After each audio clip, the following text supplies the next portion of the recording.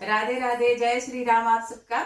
ये आज हम नाच गाना एक ठो सुनाओ जाते। हमार अम्मा गई हैं, अम्मा है हमार बड़की दीदी है, तीनों जनी मिल के आज हम गाना गाओ। और आप सबका कैसे लगा तो आप सब कमेंट करके जरूर बतावा जाए।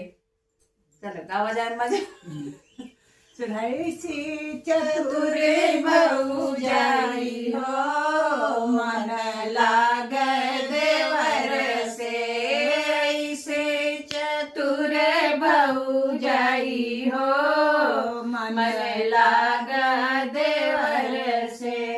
धीरे धीरे खिड़की तू खोला मोरे देवरा, धीरे धीरे खिड़की तू खोला मोरे देवरा। भीतर सोई तेरो भाई रो मन लाग देवर से, भीतर सोई तेरा भाई रे मन लाग देवर से।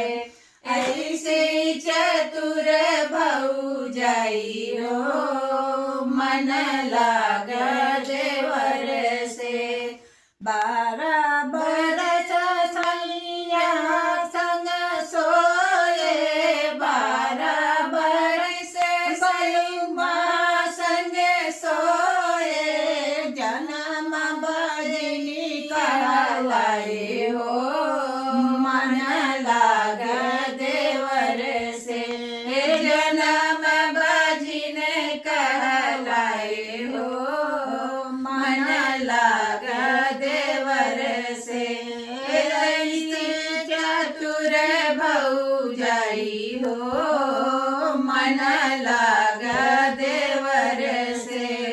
एक रात देवरा संग सोए, एक रात देवरा संग सोए।